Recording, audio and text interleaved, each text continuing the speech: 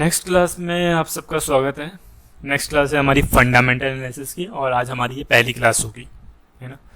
इससे पहले हमने बेसिक ऑफ स्टॉक मार्केट देखा था। अगर आप लोगों ने किसी ने वो वीडियो नहीं देखी तो प्लीज़ पहले बेसिक ऑफ स्टॉक मार्केट की वीडियो देखिए, वहाँ कंसेप्ट क्लियर करिए, उसके बाद फंडामेंटल या फिर टेक्निकल जो भी आप देख रहे हैं उसके बाद स्टार्ट करिए, ठीक है। चलो फिर स्टार्ट करते हैं अपनी अगली क्लास फंडामेंटल एनालिसिस, है ना। दो प्रकार के एनालिसिस होते हैं, एक टेक्निकल होता है, एक फंडामेंटल होता है, ठीक है। टेक्निकल हम इसलिए करते हैं, उससे हमें ये समझ में आता है कि इस स्टॉक को बाई कब करना है, ठीक है, और कौन सा स्टॉक हमको बाई करना है ये फंडामेंटल बताता है। दोनों में फ़र्क यही है, टेक्निकल बताएगा आपको कब बाई करना है, फंडामेंटल बताएगा आपको कौन सा स्टॉक बाई करना है। क्लियर। अब फंडामेंटल एनालिसिस क्या होते हैं? फंडामेंटल एनालिसिस का जो मेन गोल होता है ना, किसी भी कंपनी की फेयर वैल्यू का पता करना, ठीक है। जो मार्केट में प्राइस चल रहा है किसी भी कंपनी का, वो प्राइस कहीं अंडर वैल्यू तो नहीं है क्या, वो कहीं प्राइस ओवर वैल्यू तो नहीं है ना।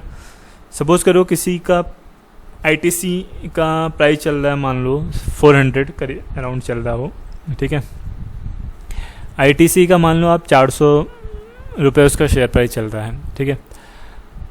क्या ये जो प्राइस चल रहा है या कहीं ओवर वैल्यू है या ये अंडर वैल्यू है? क्या इसकी कीमत जो होनी चाहिए थी उससे कम तो नहीं है ना, या उससे ज़्यादा तो नहीं है? तो यही चीज़ हम फंडामेंटल के अंदर स्टडी करते हैं, ठीक है। तो फंडामेंटल एनालिसिस और टेक्निकल ये आप देख लीजिए, ठीक है। फिर आता है आपका फंडामेंटल एनालिसिस में दो प्रकार के होते हैं। एक होता है क्वालिटेटिव एनालाइज, एक होता है क्वांटिटेटिव एनालाइज। दोनों का अपना अपना रोल है, ठीक है। क्वालिटेटिव के अंदर क्या आता है, किसी भी कंपनी का मैनेजमेंट कैसा है, किसी भी कंपनी का बिजनेस कैसा है, ठीक है, बिजनेस मॉड्यूल कैसा है, अगर किस टाइप का बिजनेस है, ठीक है। अगर बिजनेस का मॉड्यूल अच्छा होगा तभी तो कंपनी बहुत ग्रो करेगी, अगर उसका मॉड्यूल ही अच्छा नहीं होगा तो कंपनी कहाँ से ग्रो करेगी, है ना। जैसे जियो ले लो, जियो जब आई थी उसका बिजनेस मॉड्यूल कितना अच्छा था, है ना। किसी का था आज तक इससे पहले, ठीक है, कुछ अलग था ना, हट के अनलिमिटेड कॉल दे दी, अनलिमिटेड नेट दे दिया, है ना। सबसे हट के आया बिजनेस मॉड्यूल, भले उसमें इन्वेस्टमेंट ज़्यादा लगा उस टाइम पे, ठीक है, क्योंकि हर किसी के पास अच्छी खासी लिक्विडिटी होती है, अच्छा खासा पैसा होता है, कोई भी जो बड़े बिजनेस करते हैं, है ना। तो क्वालिटेटिव के अंदर मॉड्यूल ऑफ बिजनेस मैनेजमेंट, कैसा मैनेजमेंट है आपका, ठीक है। अगर मैनेजमेंट अच्छा होगा तभी कंपनी अच्छी चलेगी, ठीक है। सीईओ डायरेक्टर ही करप्ट होंगे, वही ख़राब होंगे तो कंपनी डूबेगी, सीधी सी बात है, आपका पैसा डूबेगा, है ना। और दूसरा होता है क्वांटिटेटिव एनालिसिस, उसके अंदर कंपनी एनालिसिस होते हैं, इंटरेस्ट एनालिसिस, इकोनॉमिकल एनालिसिस, ठीक है। ये तीन आते हैं, तीनों को हम एक एक करके स्टडी करेंगे, तीनों के बारे में। क्लियर। लेकिन तीनों को स्टार्ट करने से पहले यार एक थंब रूल समझ लो। अब जब भी आप कोई स्टॉक को एनालाइज करते हो या फिर आपको कोई स्टॉक खरीदने की सोचते हो ना, आप उन स्टॉक पे ज़्यादा फोकस करो जिनके प्रोडक्ट आप यूज़ करते हो, जो ब्रांड आप यूज़ करते हो। आपके खुद के ब्रांड होंगे, कई टाइम से आप कोई ब्रांड यूज़ कर रहे होंगे, कई टाइम से आपके घर में कोई खाने का आइटम ही है जिस ब्रांड के खाने का आइटम आप बार बार खाते हो, मतलब कोई भी एक ऐसी चीज़ जो आप बार बार यूज़ करते हो लंबे टाइम से, आप उन स्टॉक पर क्यों नहीं बाई करें, है ना। क्योंकि अगर आप उसकी वैल्यू को समझते हैं, ठीक है, आप उसकी क्वालिटी को समझते हैं, ठीक है, तो आप जैसे बहुत सारे लोग होंगे जो सेम जो आपको पसंद है वही उनको भी पसंद होगा, है ना। तो मान लो एक कॉमन सा एग्जांपल फेविक्विक हो गया। कोई भी घर में कुछ भी होता है, कोई भी चीज़ टूटती है तो हम फेविक्विक हर किसी के घर में होता है मोस्टली। तो अगर आपके घर में तो सबके घर में ही होगा ना कि तो क्यों ना हम उस कंपनी को देखें, फेविक्विक कौन बनाती है, पेडिलिट बनाती है। पेडिलिट कंपनी को खोलो, उसके फंडामेंटल को एनालाइज करो, उसके टेक्निकल को देखो, उस कंपनी ने कहाँ से कहाँ ग्रोथ किया उसको देखो, क्यों ना उसका स्टॉक बाई करो अगर आपको सही लगता है सब कुछ तब, है ना। तो मेरा जो एक थंब रूल है सबसे पहला कि उन्हीं स्टॉक पे फोकस करना सबसे पहले जिनके प्रोडक्ट आप यूज़ कर रहे हो।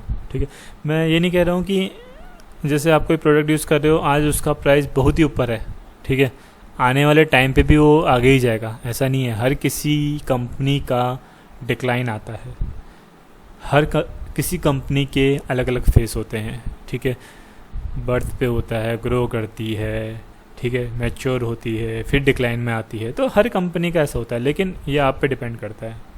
ठीक है, मेरा कहने का मतलब ये है कि उन स्टॉक को ज़रूर देखें जिनके प्रोडक्ट आप यूज़ कर रहे हो।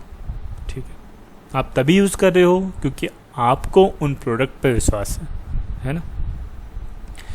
जैसे चलो एक दो चार्ट देख लेते हैं ना। अब एक एग्जांपल ले लेते हैं, कंस्ट्रक्शन चलता है, पेंट का एग्जांपल ले लेते हैं। हर कोई अपने घरों में पेंट कराता है, ठीक है, मतलब कितने सारे ऐसे ओकेजन होते हैं, शादी के टाइम पे, नया घर बना, ठीक है, कंस्ट्रक्शन हुआ, दिवाली आई, मतलब बहुत सारे टाइम पे हम घरों में पेंट कराते हैं। सबकी अपनी अपनी पसंद होती है। जैसे मेरी पसंद है एशियन पेंट। अगर मैं अपने घर में पेंट कराऊंगा तो मैं एशियन पेंट ही यूज़ करूंगा क्योंकि मुझे उस पर विश्वास है, क्योंकि मैं जब भी अपने घर पे पेंट कराता हूँ तो मैं एशियन पेंट ही यूज़ करता हूँ। ठीक है, तो क्यों ना मैं एशियन पेंट के स्टॉक को एनालाइज करूँ, उसको देखूँ, उसी कंपनी को देखूँ ना। चलो एक चार्ट खोल के देख लेते हैं एशियन पेंट का ना। ट्रेडिंग भी खुला हुआ है, हाँ, यहाँ पर एशियन पेंट होगा आपका, यह है एशियन पेंट।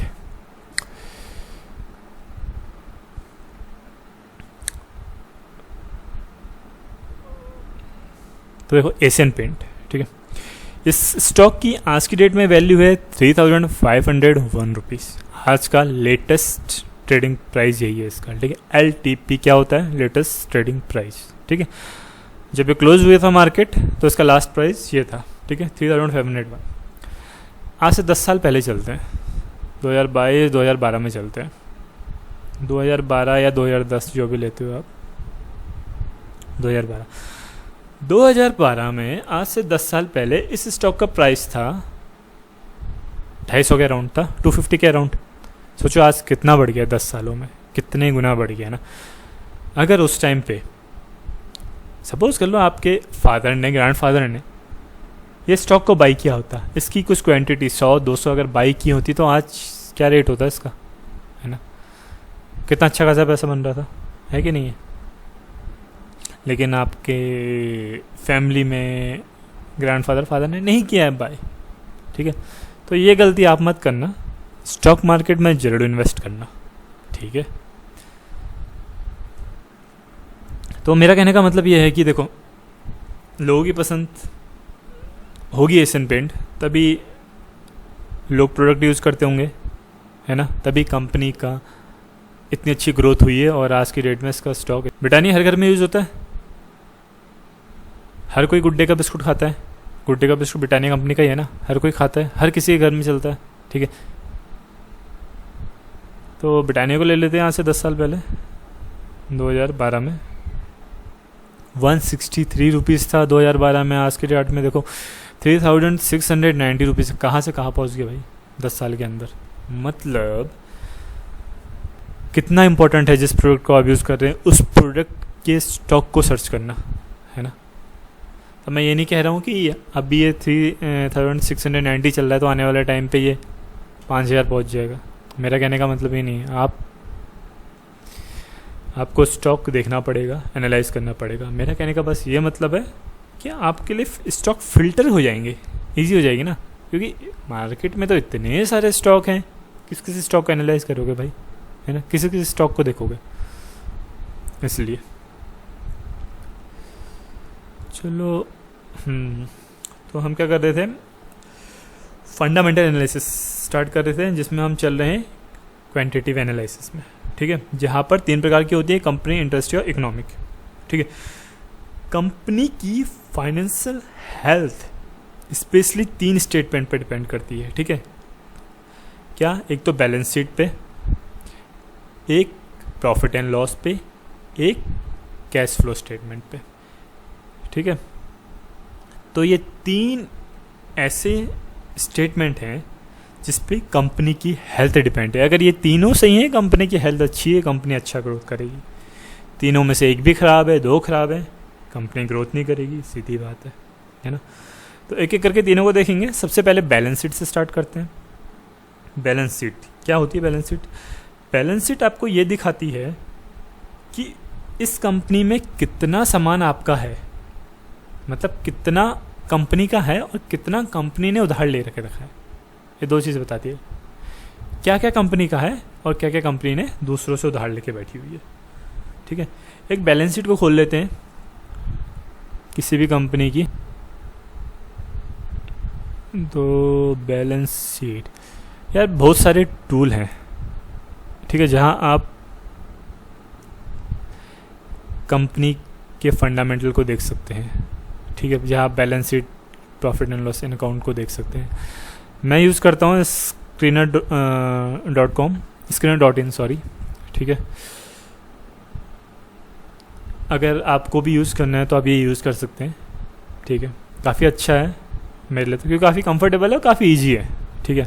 ऐसा नहीं है कि ये, बाकी भी बहुत सारे हैं यार, moneyview.com देख लो, ट्रेडिंग देख लो और investing.com देख लो, ठीक है। बहुत सारी ऐसी वेबसाइट हैं जहाँ पर आप आसानी से किसी भी कंपनी के बारे में, उसके फंडामेंटल, टेक्निकल चार्ट वार्ट खोल के देख सकते हो, ठीक है। चलो ये कंपनी ले लेते हैं, रिलायंस ले लेते हैं ना, आर से रिलायंस आया तो चलो रिलायंस ले लेते हैं। अब रिलायंस में हम बैलेंस शीट खोल लेते हैं, ठीक है। ये ऊपर लिखा हुआ है सारा, देखो यहाँ पे profit loss, balance sheet, cash flow. तो इसके बारे में एक अलग से मैं वीडियो बना दूंगा स्क्रीनर के ऊपर, ठीक है, कैसे यूज़ करना है, क्या करना है। तो अभी हम सबसे पहले क्या बात कर रहे हैं, पहली हेल्थ क्या है इसकी, बैलेंस शीट। तो यहाँ पर क्या लिखा हुआ है, ये देखो, consolidate figures in rupees crore. ये जो फिगर दे रखे हैं ना, जो भी नंबर है सब करोड़ में है। यहाँ देखो, यहाँ पर कितने साल की है ये बैलेंस शीट, 10 या 12, 3, 6, 9, 12 साल की बैलेंस शीट है। एक टाइम में आप 12 साल की बैलेंस शीट को देख सकते हो, ठीक है। Consolidate figure, view stand alone. अब क्या है ये स्टैंड अलोन, क्या है कंसोलिडेट फिगर? जो बैलेंस शीट होती है ना किसी भी कंपनी की, वो एक स्टैंड अलोन में आती है, एक कंसोलिडेट में आती है। इन दोनों में क्या अंतर है? अलग अलग बैलेंस शीट आएगी। देखो अभी कंसोलिडेट की खुली है, हम स्टैंड अलोन की खोल लेते हैं। ये स्टैंड अलोन की है, दोनों की अलग अलग बैलेंस शीट है। फिर से कंसोलिडेट की, अंतर क्या है दोनों में ये देखते हैं। स्टैंड अलोन का मतलब होता है अकेला, ठीक है, मतलब स्टैंड अलोन स्टेटमेंट, ठीक है। तो चलो हम एक एग्जांपल से जान लेते हैं दोनों के बारे में, ठीक है। सपोज करो एक कंपनी है XYZ, ठीक है। ये एक कंपनी है, पेरेंट कंपनी है, ठीक है, इसे हम पेरेंट कंपनी बोलते हैं। इसके अंडर 3 कंपनियों से इस कॉन्ट्रैक्ट है, टाई अप में। ए से भी है, बी से भी है, सी से। ये 3 अलग अलग कंपनी है, 3 इसकी क्या है, सब्सिडरी कंपनी है, ठीक है। क्या हो गई, सब्सिडरी कंपनी। ये तीनों इसकी क्या हो गई, सब्सिडरी कंपनियां हो गई, ठीक है। अगर ये तीनों अच्छा बिजनेस करती हैं, पेरेंट कंपनी के पास अच्छा ही होगा। अगर तीनों में से एक अच्छा कर रही है, 2 खराब कर रही है, मतलब जो भी होगा, जैसा भी होगा, ठीक है। लेकिन अगर तीनों में से एक डिविडेंड दे रही है, केवल ए डिविडेंड देती है और बी सी डिविडेंड नहीं दे रही है, सपोज करो, ठीक है। तो एक ही कंपनी का अगर डिविडेंड XYZ कंपनी के पास जाएगा, तो इसकी जो बैलेंस शीट जब देखोगे ना, तो वहाँ प्रॉफिट भी आपको कम दिखाई देगा। मतलब जब स्टैंड अलोन जब बैलेंस शीट खोल के देखोगे, वहाँ प्रॉफिट कम दिखाई देगा। लेकिन अगर आप कंसोलिडेट बैलेंस शीट को देखोगे तो वहाँ तीनों का दिखाएगा, तो आपको वहाँ करेक्ट प्रॉफिट दिखाई देगा जो है। इसी प्रकार डेप्ट की बात कर लेते हैं। अगर ये कंपनियां तीनों, बिना डेप्ट के तो कोई कंपनी चलती नहीं है, बिना उधारी के, ठीक है। तीनों कंपनियां उधारी लेती हैं। अगर एक ही कंपनी का अगर उसमें दिखा रहा है, 2 कंपनियों का क्या पता नहीं दिखा रहा हो, क्या पता तीनों का नहीं दिखा रहा हो, बस तीनों है ना। तो इसलिए कंसोलिडेट जो बैलेंस शीट है, ठीक है, वो क्या करती है, वो तीनों सब्सिडरी कंपनी का और जो पेरेंट कंपनी है, इन सब का जो वैल्यू है, जो फिगर है, जो सारे स्टेटमेंट हैं वो तीनों की तीनों जो सब्सिडरी कंपनी है, या फिर 4 हो या 5 हो, जितनी भी हैं, उसमें सब इंक्लूड रहता है। ठीक है, कंपनी का ओवरऑल स्टेटमेंट कौन दिखाती है, कंसोलिडेट दिखाती है, कंसोलिडेट स्टेटमेंट। ठीक है, तो इसलिए जो ऐसी सिचुएशन में ओवरकम करने के लिए हमको कंसोलिडेटेड स्टेटमेंट का यूज़ करना चाहिए। ठीक है, तो किसी भी कंपनी की कंप्लीट स्ट्रेटेजी जानने के लिए क्या यूज़ करोगे, कंसोलिडेट नंबर यूज़ करोगे। ठीक है, चेक करने के लिए। क्लियर? तो यहाँ से आपको पूरी कंपनी की बैलेंस शीट की हेल्थ चेकअप का पता चल जाएगा कंसोलिडेट से। ठीक है, तो कंसोलिडेट खोल लेते हैं, बैलेंस शीट हम अपनी इसको साइड कर लेते हैं।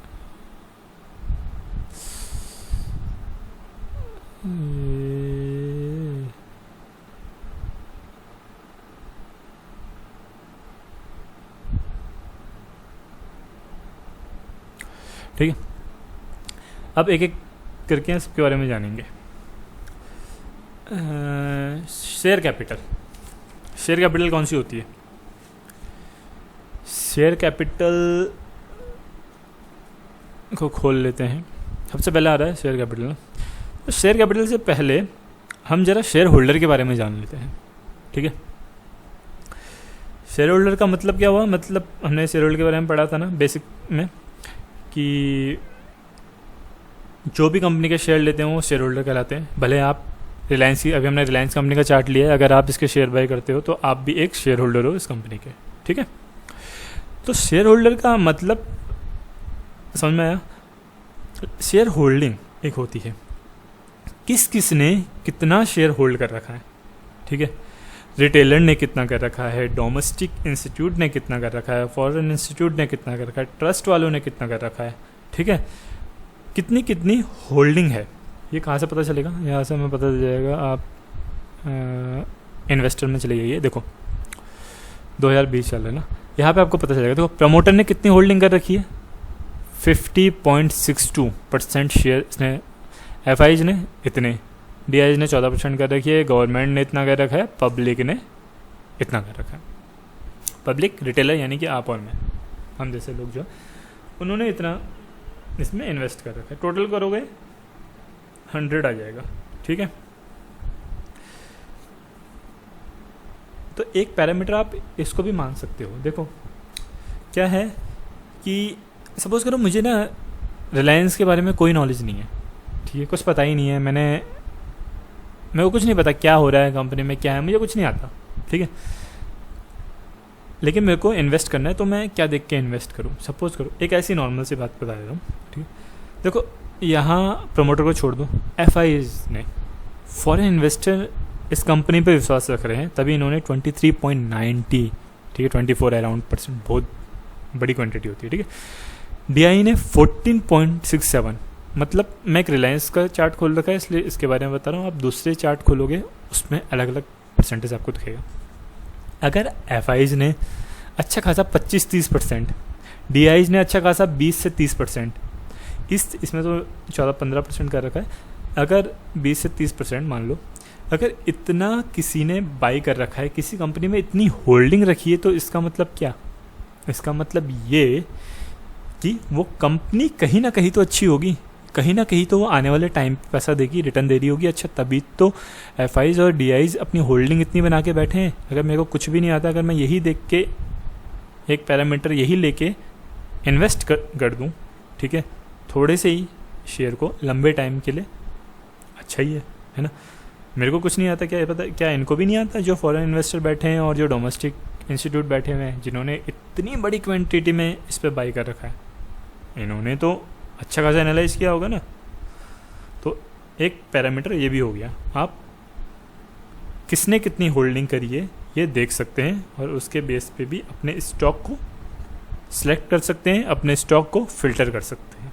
ठीक है, ये नहीं कह रहा हूँ कि हाँ बाई कर लेना, फिल्टर करने के लिए बता रहा हूँ कि हाँ, क्योंकि एक पैरामीटर से नहीं होता, बहुत सारे पैरामीटर देखने पड़ते हैं, तब जाके आप एक स्टॉक को बाई करना है ये डिसाइड कर सकते हो, ठीक है। अब एक चीज़ और यार, देखो यार प्रमोटर की होल्डिंग 50% है। कई सारी ऐसी कंपनियां होती हैं ना जहाँ प्रमोटर की होल्डिंग 0% होती है, प्रमोटर के शेयर ही नहीं होते हैं। सोच लो, ऐसा भी होता है बहुत सारी कंपनियां। क्या वो कंपनी सही होगी जहाँ प्रमोटर ही अपने शेयर को होल्ड नहीं कर रहा होगा? है ना कन्फ्यूजन। देखो यार ऐसा होता है ना कि कोई भी कंपनी जो बिजनेस स्टार्ट करती हैं, दो टाइप के बिजनेस होते हैं। एक होता है आपका फैमिली बिजनेस, एक होता है आपका प्रोफेशनल बिजनेस। ये दो बिजनेस होते हैं, ठीक है। ये वाले अभी हम जो पढ़ रहे हैं रिलायंस हमने जो खोला चार्ट, वो कौन सा बिजनेस है? फैमिली बिजनेस है ना। फैमिली बिजनेस में क्या होता है?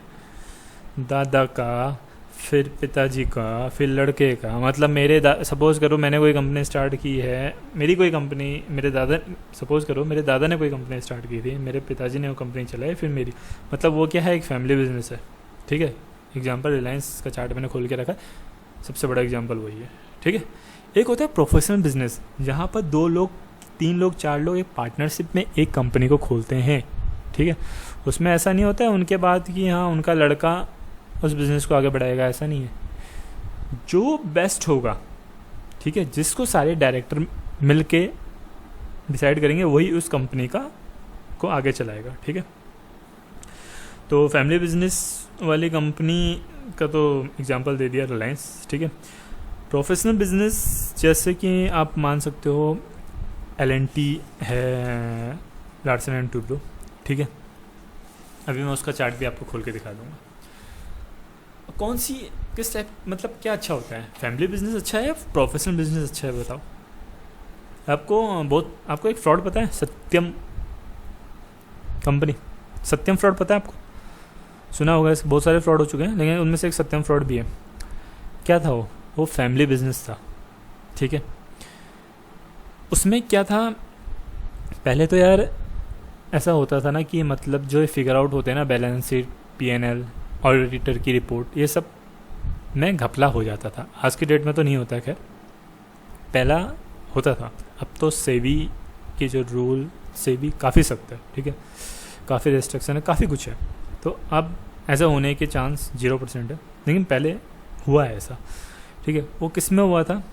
जो सत्यम ने की जो कंपनी थी वो एक फैमिली बिजनेस थी, ठीक है ना। उसके पास कंपनी के करीबन 75-80% शेयर होल्ड कर रखे थे उसने। उसको मालूम था कि मेरी कंपनी अंदर ही अंदर डूब रही है। फिगर वो दुनिया को कुछ और दिखा रहा था, लेकिन उसको पता था उसकी कंपनी अंदर ही अंदर डूब रही है धीरे धीरे। तो उसने क्या किया, अपने जो शेयर है ना उनको धीरे धीरे बेचना शुरू कर दिया, धीरे धीरे बेचता रहा, ठीक है। ऐसे करते करते कितना बचा उसके पास? 10 या 20% पड़ा। जब तक लोग फ्रॉड पकड़ पाए उस कंपनी का, जब तक उस कंपनी का फ्रॉड सामने आया, तब तक उसके पास केवल 10 से 20% शेयर रह गए थे भाई, ठीक है। मतलब समझ गए ना। इसलिए सोच समझ के, कितना लोगों का नुकसान हुआ, कितने पैसे डूबे लोगों के, है ना। मैं ये नहीं बोल रहा हूँ कि फैमिली बिजनेस के स्टॉक को बाय मत करो, ठीक है। फैमिली बिजनेस के शेयर को जब भी बाय करते हो थोड़ा केयरफुल, आपको फॉलोअप लेना पड़ेगा कंपनी का, कंटिन्यू, कि कंपनी ने क्या किया है। हर साल, हर 3 महीने में उसके रिजल्ट चेक करने पड़ेंगे। हाँ, कहीं कोई बल्क डील तो नहीं हो रही है, कभी कोई मतलब जो प्रमोटर हैं, अभी देखो जैसे 50% थे इसके, कहीं ये आपने अगले महीने खोल के देखा ये 40 आ गया, 3 महीने खोल के देखा ये 30 आ गया, ठीक है, प्रमोटर के शेयर कितने, ये चीज़ गलत है ना। तो इसके लिए आपको एनालाइज करना पड़ेगा, आपको देखना पड़ेगा, ठीक है, समझ गए। तो दूसरा एक पैरामीटर ये भी हो गया। शेयर होल्डिंग में मैंने आपको 2 पैरामीटर बता दिए अब तक। हाँ, एक क्या, DII, FII, इनको देख के आप अपने स्टॉक को शॉर्ट लिस्ट कर सकते हो। एक इसको देख के भी आप अपने स्टॉक को शॉर्ट लिस्ट कर सकते हो, ठीक है।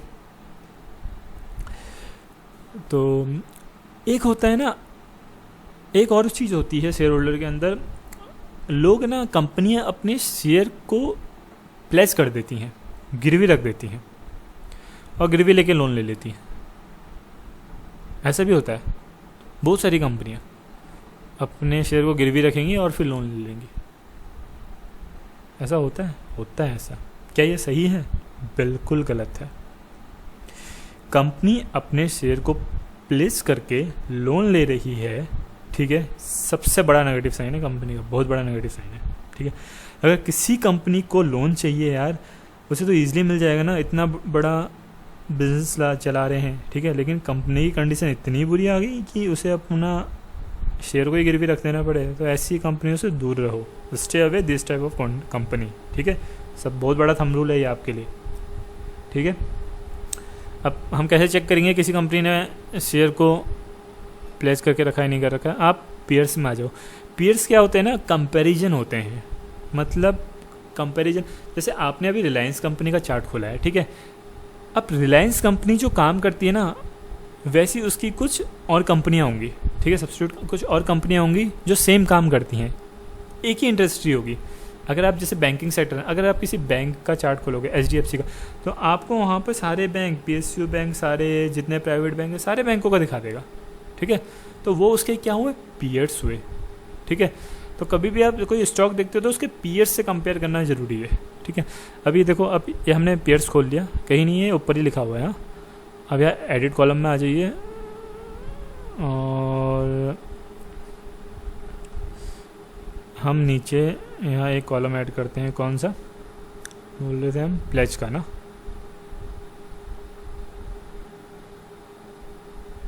देखो प्लेज ऐड है, प्लेज परसेंटेज, ठीक है।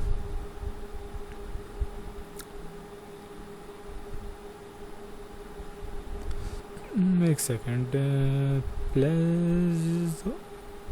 प्लस परसेंटेज तो दिखा तो रहा है, ज़्यादा कॉलम हो गया लग रहा है। ये आ गया, देखो प्लेज परसेंटेज। अभी इनमें से किसी भी कंपनी ने प्लेज नहीं ले रखा है, कोई भी ऐसी कंपनी नहीं है जिसने अपने शेयर को गिरवी रखा हुआ है, मतलब कंपनी अच्छी, ठीक है। एक पैरामीटर हमारा पॉजिटिव ही आ गया कि हाँ, ये कंपनियों ने कुछ उधार नहीं लिया है शेयर को गिरवी रख के, तो कंपनियाँ सही। एक कोई ऐसी कंपनी देख लो, कौन सी कंपनी ने प्लेज लिया हुआ, कोई टाटा की कंपनी देख लेते हैं, कोई ना कोई तो होगी इसमें, स्टील कंपनियाँ खासकर लेती हैं। अब देखना, अब टाटा कंपनी हमने खोल लिया, पेयर्स में आ जाइए, ठीक है। अब देखो ये टाटा कंपनी के पेयर्स हैं सारे, ठीक है। इतनी सारी स्टील की और भी कंपनियाँ जो स्टील बनाती हैं, तो ये क्या हुई, इसके कंपेरिजन ये क्या हुए, इसके पेयर्स हुए, ठीक है। अब देखो JSW स्टील ने कितना प्लेज लिया, 16.79। यहाँ तो छो, यहाँ देखो जिंदल ने 78, 85 इतना प्लेज ले रखा है, मतलब इन्होंने तो अपने शेयर को ही पूरी तरीके से गिरवी रख दिया है। तो ऐसी कंपनियों से दूर रहो, ठीक है, जो अपने शेयर को गिरवी रख रही है, ठीक है, क्लियर। दोबारा से हम किसका चार्ट खोल के बैठे थे, हम रिलायंस से खोल के बैठे थे ना, रिलायंस में आ जाते हैं दोबारा से, उसकी बैलेंस शीट पढ़ रहे, ठीक है। और शेयर होल्डर में आपको एक बात और भी ध्यान रखनी चाहिए, अगर कोई भी प्रमोटर बल्क में लार्ज क्वांटिटी में अपने शेयर को बाई कर रहा है तो सही है, चलो पॉजिटिव साइन आ गया, ठीक है। लेकिन अगर कोई बल्क में सेल कर रहा है, वो एक बहुत बड़ा नेगेटिव साइन है कंपनी के लिए, ठीक है। भले ही कंपनी का फंडामेंटल एनालिसिस अच्छा हो, टेक्निकल अच्छा हो, ठीक है, भले ही सब कुछ अच्छा हो, ठीक है, लेकिन प्रमोटर अगर बल्क में अपने शेयर को सेल कर रहे हैं ना, तो सावधान हो जाइए अपने स्टॉक को लेके, ठीक है। वैसे सब चीज़ें न्यूज़ में आ जाती हैं, कोई अपना लार्ज क्वांटिटी में, आजकल हर चीज़ न्यूज़ में आ जाती है, ठीक है। आपने इन्वेस्टमेंट किया है, आप इन्वेस्टमेंट कर रहे हो, तो आपको डेली बेसिस पे न्यूज़ सुननी पड़ेंगी, ठीक है। ये सब चीज़ें न्यूज़ पे आ जाती हैं, जो बिज़नेस के बिज़नेस न्यूज़ खोल लो, इसमें आप बता देते हैं कि हाँ आज इस कंपनी के ऑडिटर ने रिज़ाइन दिया, आज ऐसा हुआ, ये हुआ, वो हुआ, पता चल जाएगा आपको, ठीक है।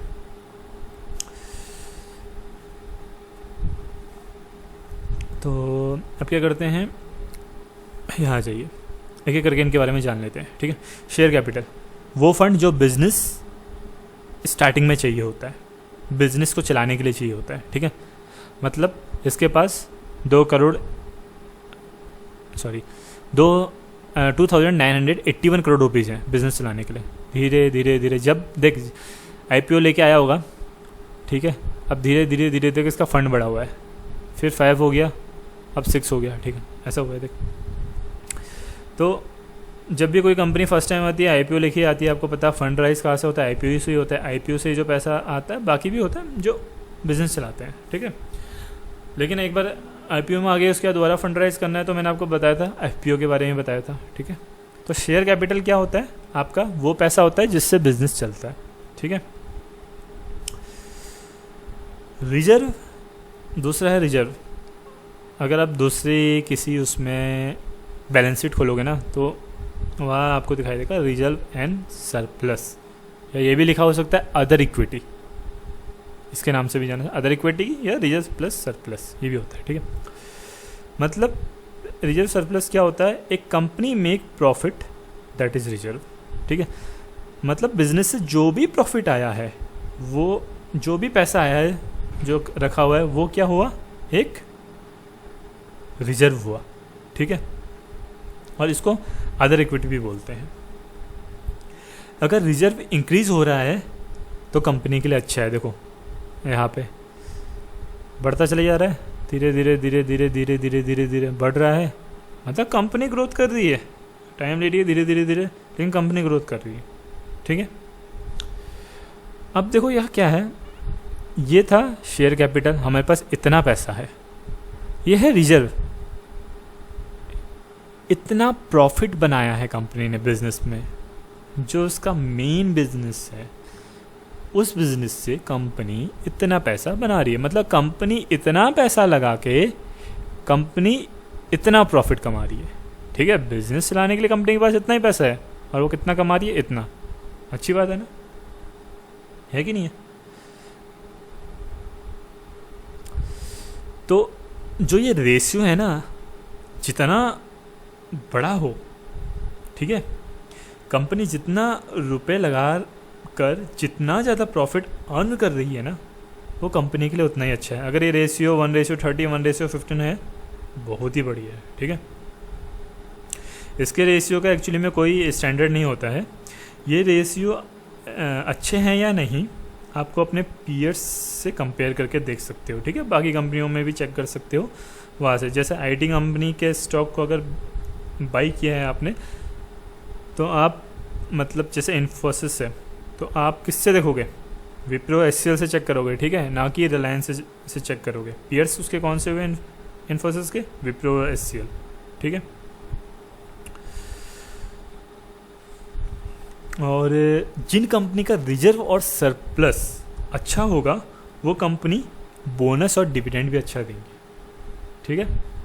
तो आपका एक पैरामीटर क्या हो गया, अच्छा खासा इन दोनों के बीच का रेशियो, शेयर कैपिटल और रिजर्व, ठीक है।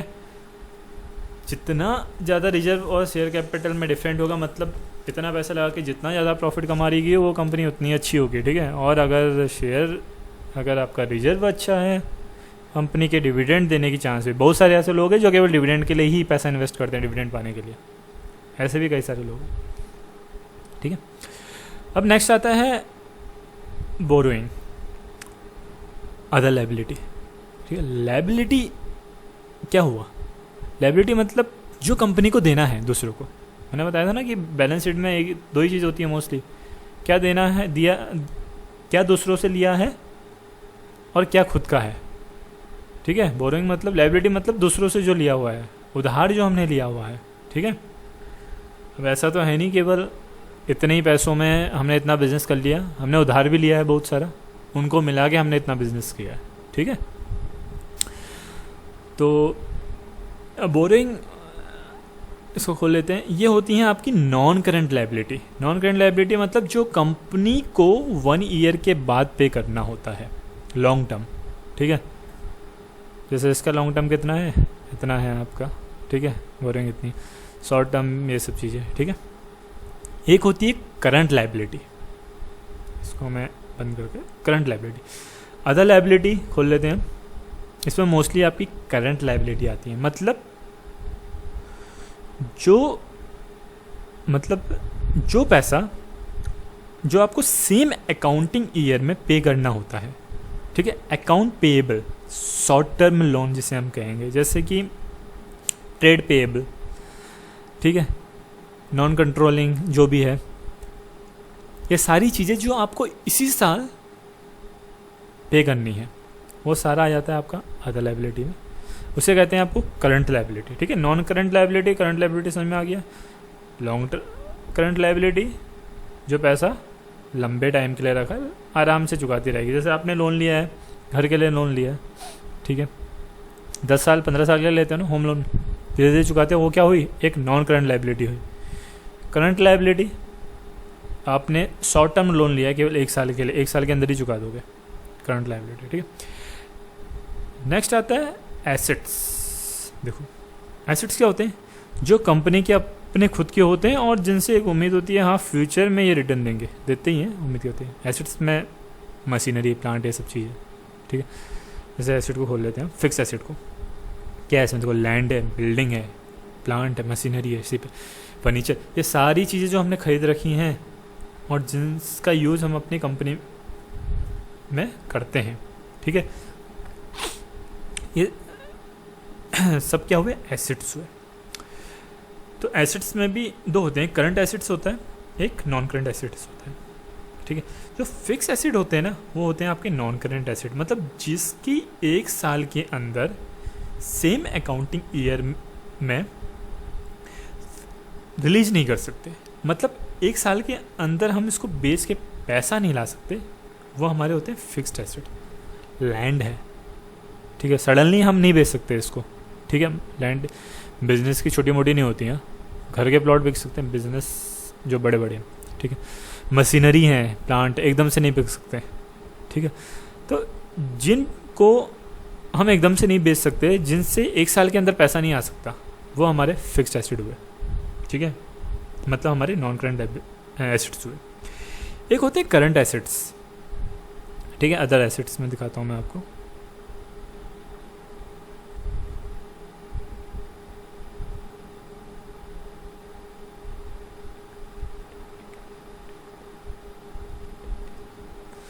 ये देखो, ये होते हैं आपके अदर एसेट में जो ट्रेड रिसीवेबल है, मतलब वो एसेट जो 1 साल के अंदर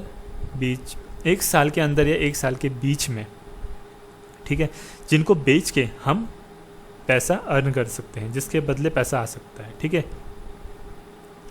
कैश हर कंपनी के लिए इंपॉर्टेंट होता है ना, कैश इक्विवेलेंट, मतलब अपना किसी को भी अपनी कंपनी का प्रोडक्ट दे दिया और उसकी पेमेंट 1 ईयर के अंदर मिल जाए। ठीक है, सपोज करो एक शॉर्ट टर्म एफडी मान लो। ठीक है, मतलब ईजिली जो पैसों में कन्वर्ट हो जाए। ठीक है, इन्वेंट्री हो सकती है जो आपके पास स्टॉक है, बेच सकते हो आसानी से 1 साल के अंदर।